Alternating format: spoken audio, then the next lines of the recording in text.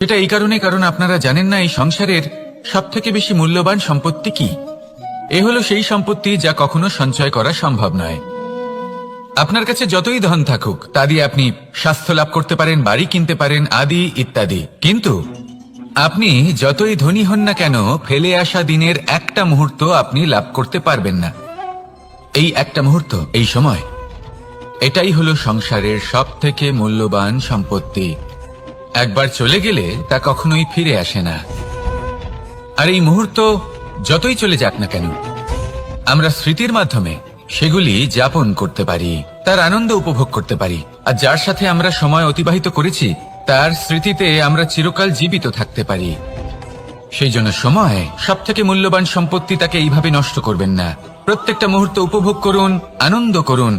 সুন্দর একটা শব্দ, এর অনেকগুলো রূপ রয়েছে, অনেকগুলো অর্থও রয়েছে। প্রথম অর্থ হলো স্বর্ণ, অর্থাৎ সম্পত্তি।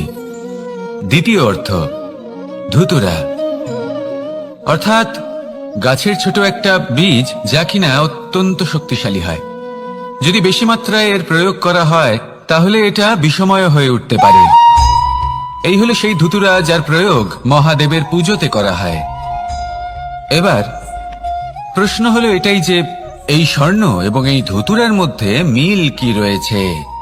মিল হলো এটাই যে এই দুটোই মানুষকে মত্ত করে তোলে।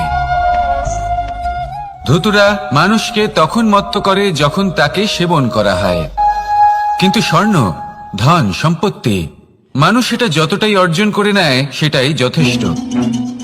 এই স্বর্ণ মানুষের ভাবনা চিন্তা করার ক্ষমতাকে বশ করে ফেলে। মানুষ সম্পত্তির লোভে মত্ত হয়ে ওঠে।